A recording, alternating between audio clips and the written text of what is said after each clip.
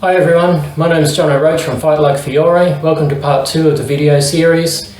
Today we'll be taking a look at Fiore's universal defense. In this video we'll be applying a simple generic defense and seeing how it applies to all weapon systems regardless of what it is that you're actually holding in your hands at the time you use this. So if you're looking to improve your defensive capabilities and apply this simple principle to whatever circumstances you're in, that's why you really need to look at Fiore's universal defense.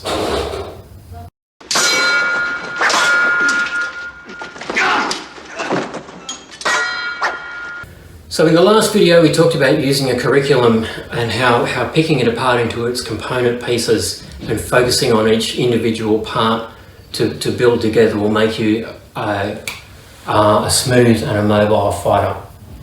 And in particular, we took a look at one of the introductory components, which is footwork.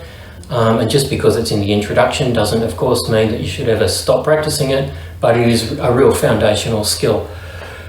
So if you haven't taken a look at the footwork video, then go back, run over that one, and then come back here, because what we're doing today really builds on those concepts and those principles that we were playing around with. Today we're looking at how to develop a strong defensive capability, and I'll just be giving a very simple tool that can be used across any weapon system, and it's a really nice capability to either leap into your opponent's defense and break their leap into an opponent's offense and break their offense open and create your own hole in their defense and jump into them. Or another application is if you are just simply being overwhelmed by a particularly aggressive opponent and you need a bit of headspace to regroup. This is a nice technique to rely on to just give yourself some space and get out of there basically and regroup. Because everyone gets overwhelmed in sparring at times. It's fast, it's challenging, and if you're up against an opponent who's got a really tight defensive cage around them and they're firing out techniques out of that, and you can't break through them, and you're struggling to defend yourself, then you start to panic. You forget everything that you've been taught, and then it's only a question of time before you hit. So having something really nice and simple and generic like this is a nice easy fallback where you can just apply these principles regardless of what weapon it is that you're holding, and that'll just give you a bit of space. It's a really simple principle that you can always rely on to improve your defense generally if you've got something like this up your sleeve.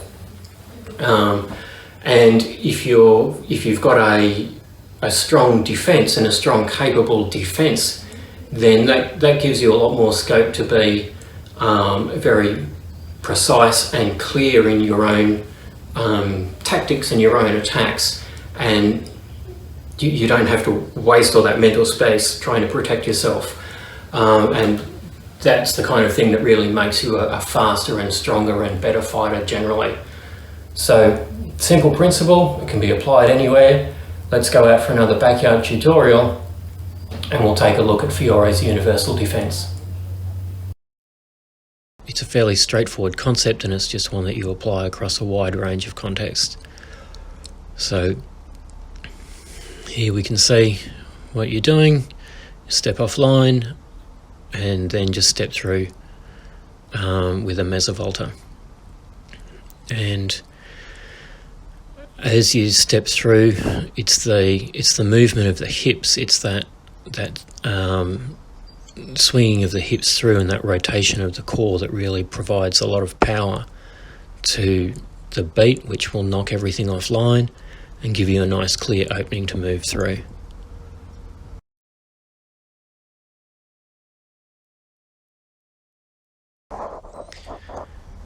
So just to show an exaggerated movement with those hips, you can see that the hip starts off at 45 degrees.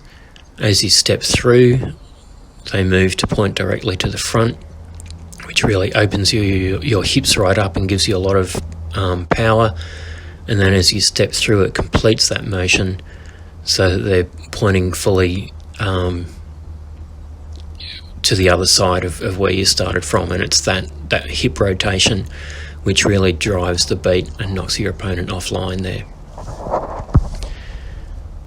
So that's the principle of the footwork, and now I'll see how that applies in a number of different situations.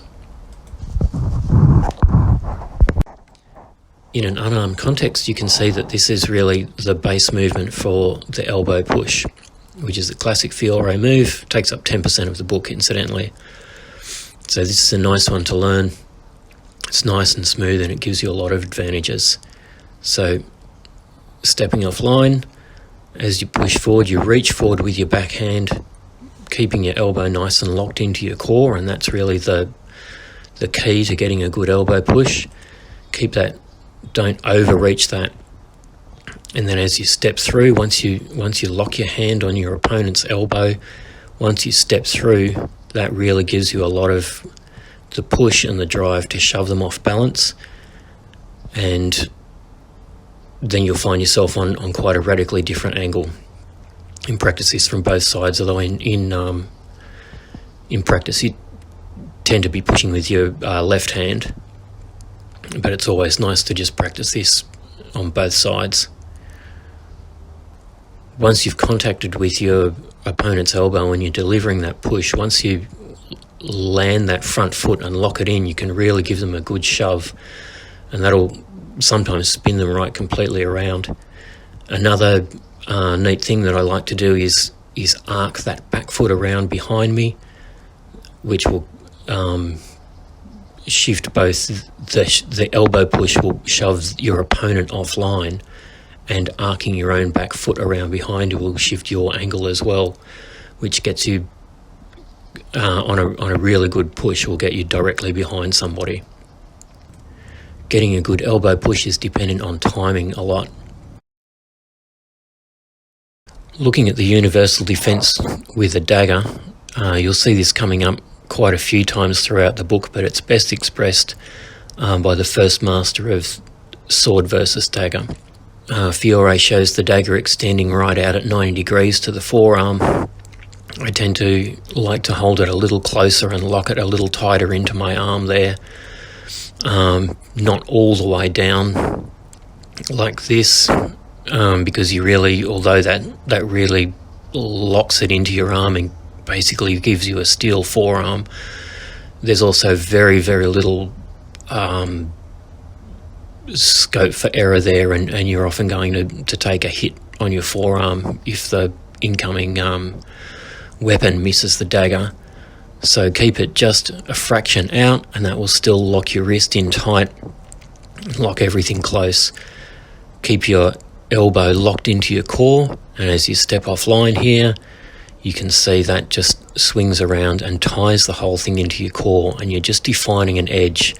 You don't really have to push the whole thing right offline, and your arm doesn't necessarily move a great deal in relation to your body.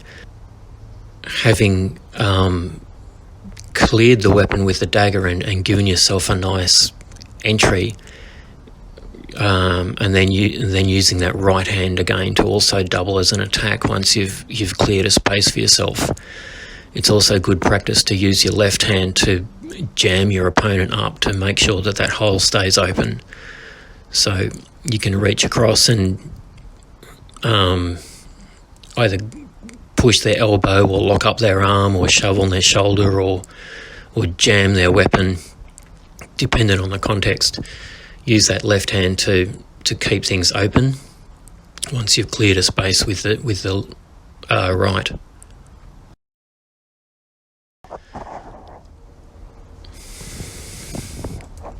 All of the sword in one hand section is derived from this movement. So step offline, swing up to posta finestra, and then step through, and it's that opening of the hips and the swinging through to finestra which knocks your opponent's attack offline, giving you a hole to deploy through. Okay, so regardless of really what counter-attack you're using.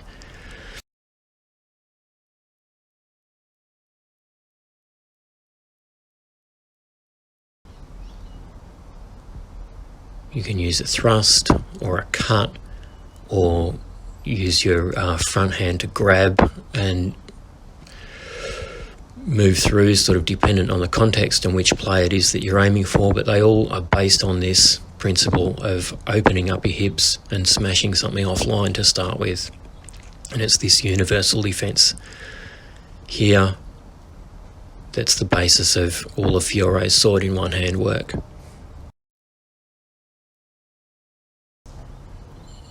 There's a number of different applications with the sword in two hands, but it shows up best in the breaking the thrust.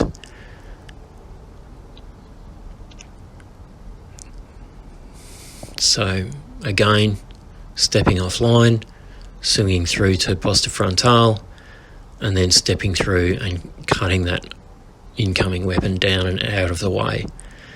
So again, you're really aiming to keep your elbows in fairly close and tight to your core, and deriving all this movement from the core as much as you can.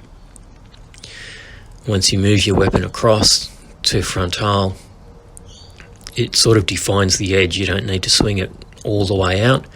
You just define your edge and then cut down and clear a space there.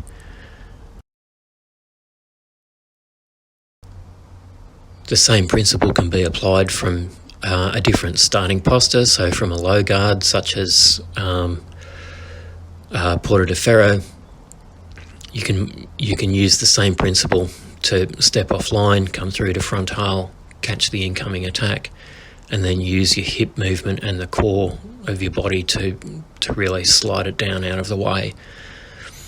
And you can see that my elbows tend not to move very much there. I like to keep everything locked in nice and close, and it's your hips that are driving this motion, not your arms. Throughout the sword in armour section, it's nice to think of the tip of your sword as being essentially a dagger, and as well the handle of your sword as well being another dagger, albeit a less sharp one. But you can see that the distance of those two components of the sword is roughly comparable to a good dagger's length. And this is nice because you also then get the clear section in the middle, that the length of the blade to really act as the shield here.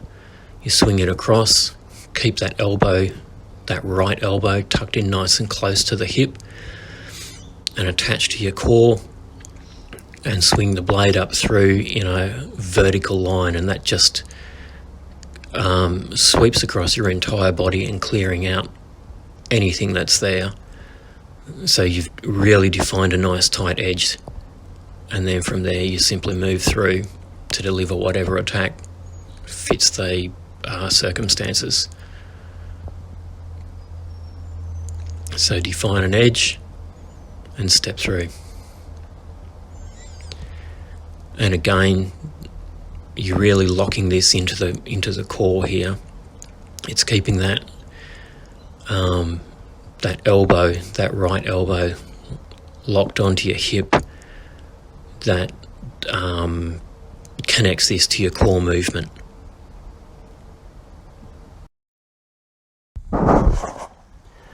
All the spear section uses this concept, so you can see here from Posta to Porta de Ferro, you've got that nice vertical line of the spear shaft, and as you step offline it sweeps across. You lock it down onto your hip and attach it to your core there, and that gives you a clean edge and a strong firing point that's attached to your core.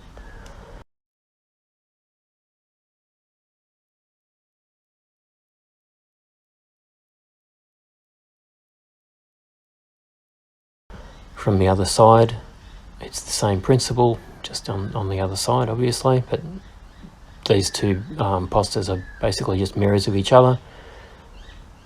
Open your hips, sweep everything across, make a nice clean edge, and attach your back hand onto your hip so it's fully locked into your core, and then you can deliver a strong counter from there.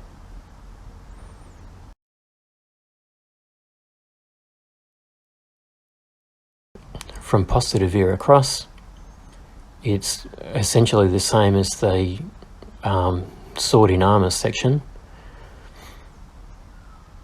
So step off line, attach what's going to be your back hand onto your hip and lock it into the core. As you step across, you've got a nice sweep that covers the whole top half of your body. That butt spike or whatever part of your spear that is extending beneath your hand there can sweep a degree off the base as well. And you just, but it's that locking the hand onto the hip that will really attach that to your core and give you a lot of strength.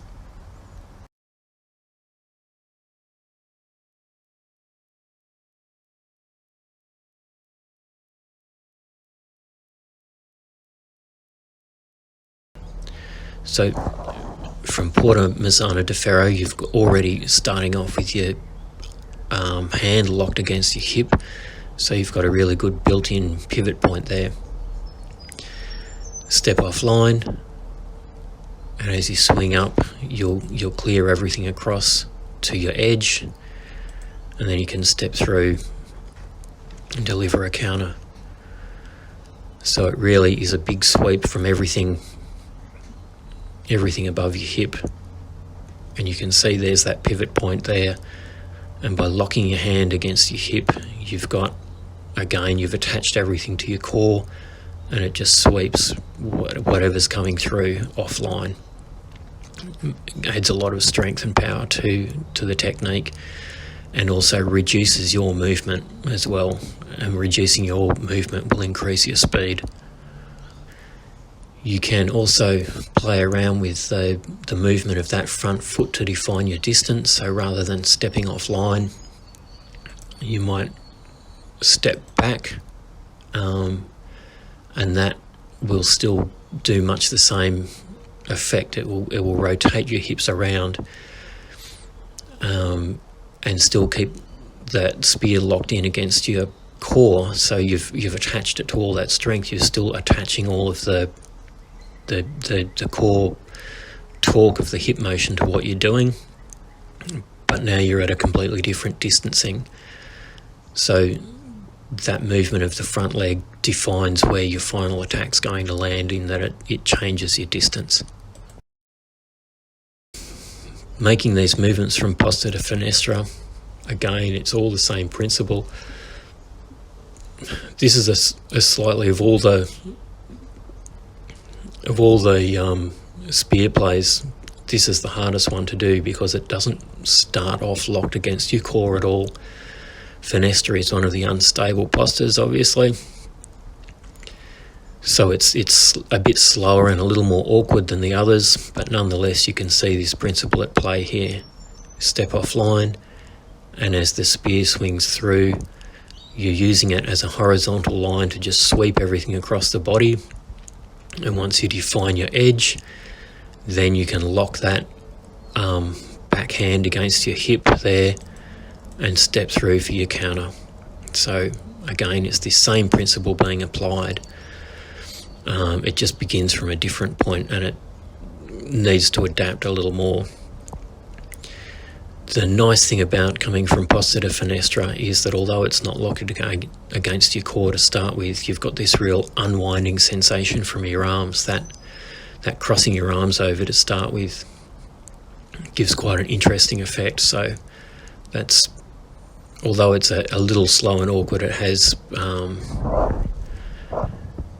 it's an interesting sensation there. You get a lot of twist coming out of your arms as well, to sort of compensate for that lack of initial locking into your central actions.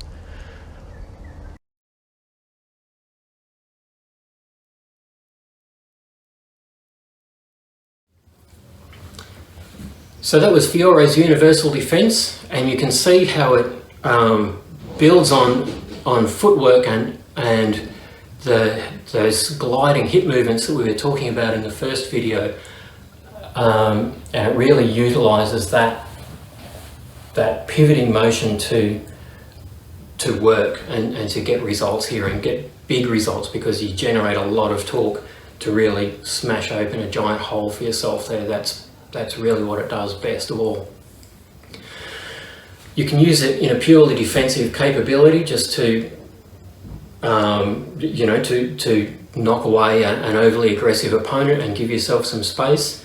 But more than that, you can use it in quite an aggressive defense, in that you can, in beating aside the incoming attack, you've then created a nice big hole for your own counter to jump into your opponent.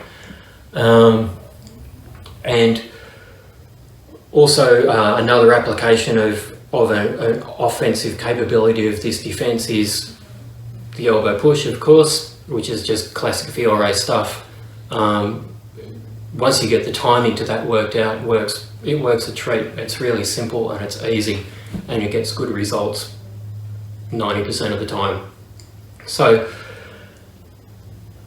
take that concept of the universal defense, go away, play with it, see what you think, and just play around with it. It's a lot of these things are very much dependent on timing and just getting good smooth flow. If you can catch the movement of the other person, that's really where they work best. So you need to play around with it to really get the full gist of how it works, but see how it goes and let me know in the comments. I'd be really interested to hear what you think about this. And if you are getting something out of it, then please share it. That would be great. Next week we'll be looking at how to equip you over the long term, and how to use a curriculum as a tool to really improve your training overall. So what I'd like to leave you with is this. Last video we were focusing on footwork, and today we've been focusing on the universal defense. So these are fairly foundational skills in a curriculum, and if you've been applying these, then you should already be getting some good results and seeing how these can improve your sparring and improve your practice. So take a look over what we've learned, try it out, and next week we'll see how you can structure a curriculum and use that to raise your training and improve your skill set generally, and help you to become a graceful, a confident and a mobile fighter. Thanks very much for being here, and I'll see you all in the next video.